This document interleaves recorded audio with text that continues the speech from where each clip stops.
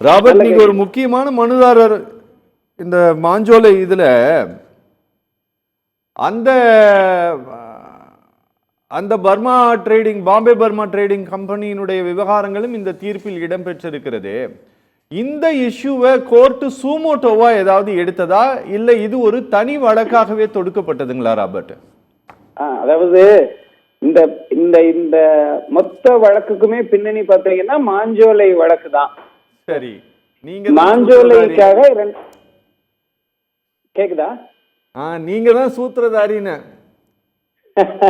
அப்படி ஒரு அவப்பேர் எங்களுக்கு வந்துடக்கூடாது. எங்க நோக்கம் அது இல்ல. சரி, நாங்க எங்களுக்காக மட்டும்தான் போராடினோம். சரி. 2024 ஒரு 45 நாள் கெடு கொடுத்து பாம்பே பர்மா ட்ரேடிங் கார்பரேஷன் எங்க மக்களை அந்த மண்ணுல இருந்து வெளியேற்றுறாங்க. சரி, அத கூடாது, எங்களுக்கு உரிய மறுவாழ்வு செய்யணும், ரிஹாபிலிட்டேஷன் சரியாக பண்ணணும், எங்களோட உட்கார்ந்து பேச்சுவார்த்தை நடத்தணும். இது எதுவும் செய்யல. இது எதுவுமே செய்யாம எங்களை ஒரு குறைந்தபட்சம் 50,000 ரூபாயில இருந்து 2.5 லட்சம் ரூபாய்க்குள்ள கொடுத்து எங்களை 100 ஆண்டு வாழ்ந்த இடத்தை விட்டு எங்களை அனுப்பக்கூடாது. சரி, எங்களுக்கு வேற மாற்று இடமும் கிடையாதுன்னு சொல்லி நாங்க மதுரை உயர்நீதிமன்ற கிளையில வழக்கு தாக்கல் பண்ணோம். மொத்தம் 5 வழக்கு.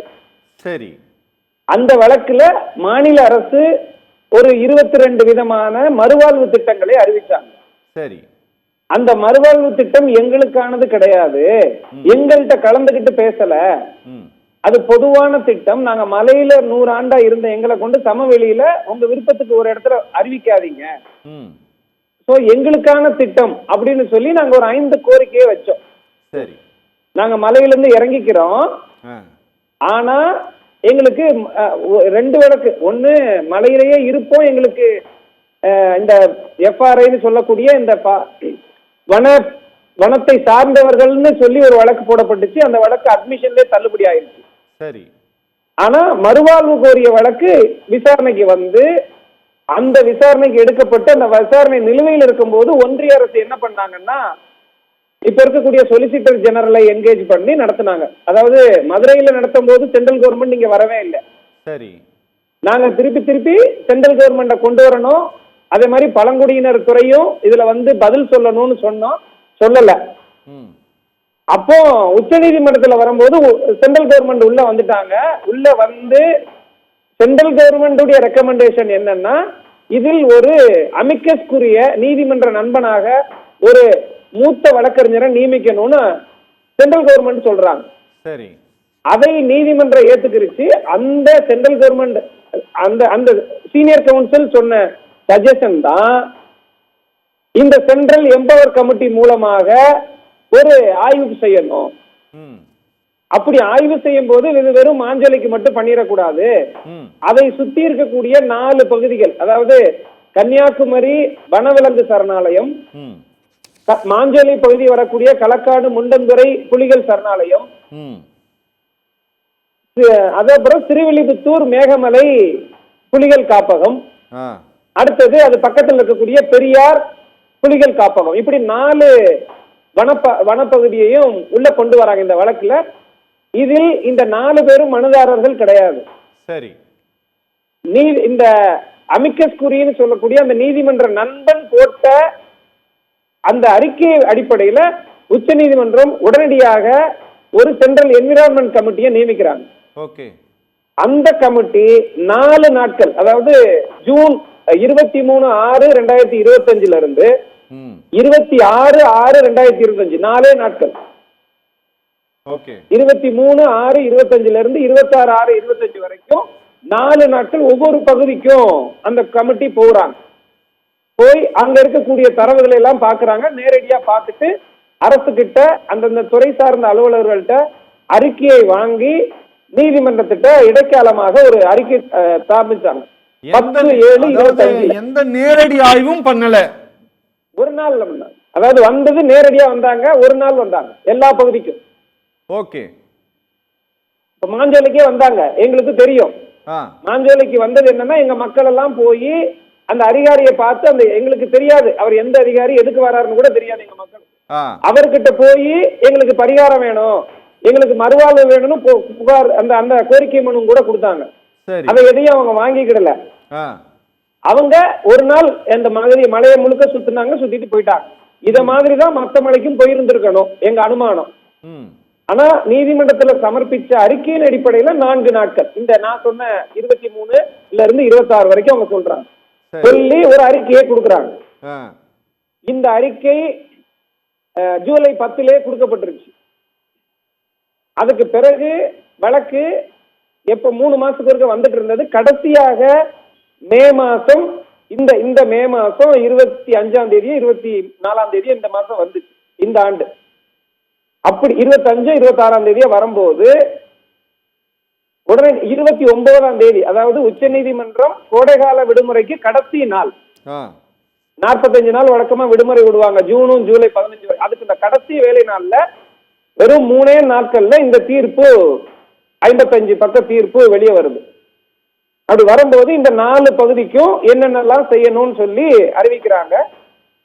இதனுடைய தொடர்ச்சியா மாஞ்சோலையில இதுல என்னன்னா, இந்த மத்த பகுதி மேகமலையோ அல்லது சிறுவில்லிபுத்தூரோ அல்லது பெரியார் டைகர் ரிசர்வோ அல்லது கன்னியாகுமரி வனவிலங்கோ இவர்கள் யாரும் மனுதாரர்களோ ஒரு தரப்பினரோ கிடையாது இந்த வழக்குல. ஓகே, இந்த வழக்கு முழுக்க முழுக்க மாஞ்சோலைக்காக, மாஞ்சோலை மக்களுடைய மறுவாழ்வுக்காக. அதுவும் நாங்க இறங்க மாட்டோம், காட்டிலேயே நாங்க வாழ்வோம், காடுதான் அப்படின்னு சொல்லப்படாத வழக்கு. அப்படி சொன்ன வழக்கு தள்ளுபடி ஆயிடுச்சு.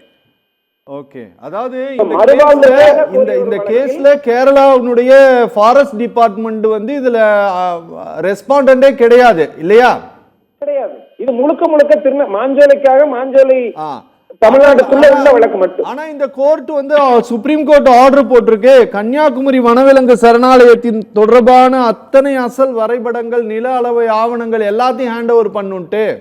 அது எதுக்குன்னா, அது அந்த பகுதி தனித்தனியா ஒவ்வொரு பகுதியா வரும்போது கன்னியாகுமரி வனவிலங்கு சரணாலயம் குறித்த அந்த பகுதியில என்ன சொல்றாங்கன்னா, மற்ற பகுதி மாதிரி எங்களால் நிலங்களை, எல்கைகளை வரையறுக்க முடியல,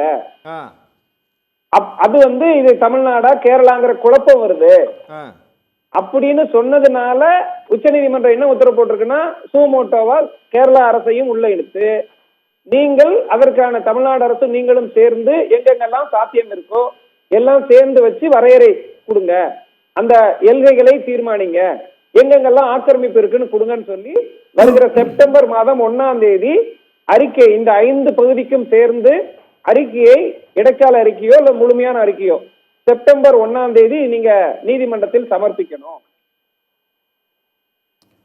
அடுத்தது இதுல இதுவரைக்கும் ஒண்ணு அடுத்து பேசினது வந்து பாராமிலிட்டரி எல்லாம் கொண்டு வந்தாங்கன்னு ஒண்ணு கூடுதலாக ஒண்ணு இருக்கு. இதற்காக, அதாவது ஆய்வு செய்வதற்காக செல்லும் அரசு அதிகாரிகள், அவர் காவல்துறை, வனத்துறை, வருவாய்த்துறை இல்ல இதர துறை, ஆய்வு செய்வதற்கோ ஆக்கிரமிப்பை அகற்றுவதற்கோ அல்ல அளவிடுவதற்கோ இவர்கள் செய்யும் எல்லாமே நல்லெண்ணத்தின் அடிப்படையில் சார்ந்தது, போனஃபைட். அவர்கள் மீது அதற்காக வழக்கு போட முடியாது. ஆமா, அப்படியும் அவங்க மேல எந்த நடவடிக்கையும் நீங்க எடுக்க முடியாது, எந்த காலத்திலையும் எடுக்க முடியாதுன்ட்டாங்க. ஒரே ஒரு விதிவிலக்கு, ஒருவேளை அவர்களுடைய இன்டென்ஷன், அவருடைய தீய எண்ணத்தை நீங்க நிரூபிச்சா மட்டும் போட்டுக்கலாம்னு ஒரு சின்ன விதிவிலக்கு கொடுத்திருக்காங்க. சரி, இந்த ஜியோ ரெஃபரன்சிங் வந்து நீங்க இவ்வளவு நாளைக்குள்ள நீங்க எல்லை வரையறை, இந்த ஆக்கிரமிப்பு அகற்றம், இதையெல்லாம் நீங்க இவ்வளவு இந்த குறிப்பிட்ட காலத்திற்குள் நீங்க செய்யணும் அப்படின்ட்டு இந்த சுப்ரீம் கோர்ட்டினுடைய இந்த உத்தரவு சொல்கிறது. அவள் இந்த ஆகஸ்ட் 28 அல்லது செப்டம்பர் 1க்குள்ள இதை செஞ்சிட முடியுமா? இல்ல, இது அது அந்த துறை சார்ந்த வல்லுநர்கள் சொல்ல வேண்டியது. ஆனா நீதிமன்றம் அன்னைக்கு இறுதியாக போடல, அன்னைக்கு இடைக்காலமாக இப்ப போடுறது. இப்ப மாஞ்சோலையில இந்த வழக்கு வரும்போது நாங்கள் 90 விழுக்காடு நாங்க ஏற்கனவே ஆக்கிரமிப்பை அகற்றிட்டோம், இனி 10 விழுக்காடு தான் இருக்குதுன்னு தான் அன்னைக்கு சொன்னாங்க. இப்ப மிச்சத்தையும் எடுத்துட்டாங்க. எடுத்து இப்ப முழுக்க முழுக்க மாஞ்சோலை வனத்துறையின் கட்டுப்பாட்டுக்குள்ள போயிருச்சு. ஓகே, மாஞ்சோலை மற்ற பகுதியில அப்படி இல்ல. இது மாஞ்சோலைக்கு. மற்ற பகுதிக்கு அப்படி இல்ல. இந்த அறிக்கையை செப்டம்பர் 1ஆம் தேதி மற்ற பகுதிக்கு அரசு அதிகாரிகள் கொடுப்பாங்க, வனத்துறை கொடுக்கும். அடுத்த கட்டமா 3 மாதமோ இல்ல 6 மாதமோ மறுபடியும் அவகாசம் கேட்பாங்க. அந்த அவகாசத்தை நீதிமன்றம் கொடுக்கும். ஓகே ராபர்ட், வணக்கம். ராபர்ட், தமிழ்நாட்டில் ஒரு நாளைக்கு எவ்வளவோ மாவட்டங்களில் எத்தனையோ பகுதிகளில் ஆர்ப்பாட்டம் போராட்டம் நடந்துக்கிட்டே இருக்குது. இந்த மேகமலை விவகாரம், சுப்ரீம் கோர்ட்டோட இந்த என்க்ரோச்சர்ஸை வந்து ரிமூவ் பண்ணுங்கிற இந்த ஆர்டர் சம்பந்தமாக நடந்து வரக்கூடிய போராட்டத்தையும் அப்படி எங்கோ ஒன்று நடக்கக்கூடிய போராட்டமாகத்தான் இந்த அரசு பார்க்குதா, இல்ல இதுல ஏதாவது கொஞ்சம் அக்கறையோடு கவனம் செலுத்துதா? இல்ல, நான் அரசு சார்ந்த பிரதிநிதிகள், அரசு அலுவலர் அல்ல. ஆனா என் அச்சமெல்லாம், என் கவலை எல்லாம் எப்படி இன்னைக்கு மாஞ்சோலை அப்படிங்கக்கூடிய பகுதி 100 ஆண்டா இருந்த ஒரு ஊர் இன்னைக்கு வரைபடத்திலே இனி இருக்காது. அதே மாதிரிதான் மேகமலையும், அதே மாதிரிதான் அடுத்த டைகர் ரிசர்வும், அதே மாதிரி பெரியாரும் இப்படி எல்லாம் ஆக்கப்படுது. உச்சநீதிமன்ற தீர்ப்புல ரொம்ப தெளிவா வெளியேற்றம் என்பது, அந்த எவிக்ஷன் என்பது மறுவாழ்வுடன் உடன் இணைந்ததாக இருக்கணும், சைமல்டேனியஸா இருக்கணும் தான் சொல்றாங்க. ஓகே. ஒரு நபர் கூட அவரு தெளிவா சொல்றாங்க, பெர்மனன்ட் நிரந்தரமாக குடியிருப்போர் மட்டுமல்ல, தற்காலிகம் மற்றும் ஆக்கிரமிப்பாளர் உச்சநீதிமன்ற தீர்ப்பின்படியே ஒருவர் கூட உரிய மறுவாழ்வு இல்லாமல் வெளியேற்றம் செய்யப்படக்கூடாதுன்னு பேசுறாங்க. சரி. ஆனா மாஞ்சோலை பாத்தீங்கன்னா இன்னைக்கு வரைக்கும் வம்பதியா ஒரு 30 குடும்பம் மட்டும் இருக்காங்க. எதுக்குன்னா எங்களுக்கு மறுவாழ்வு கொடுத்துட்டு நாங்க வெளியேறிக்கிறோம். ஓகே. ஆனா மறுவாழ்வு இல்ல. ஓகே. ஆனா போக்குவரத்தை கட் பண்றாங்க, மின்சாரம் இல்ல, தண்ணி இல்ல, நெட்வொர்க் இல்ல. இப்போ மேகமலை மாதிரி ஒரு ஊர் இவ்வளவு திரண்டு வெளியே வந்ததுனால இதுவாது பேசிவிட்டு பொருளா மாறி இருக்கு. பட் இன்னொரு மாஞ்சோலியாக தான் மேகமலை விரைவாக மாற்றப்படுமோ அப்படிங்கிற ஒரு அச்சம் இருக்கு.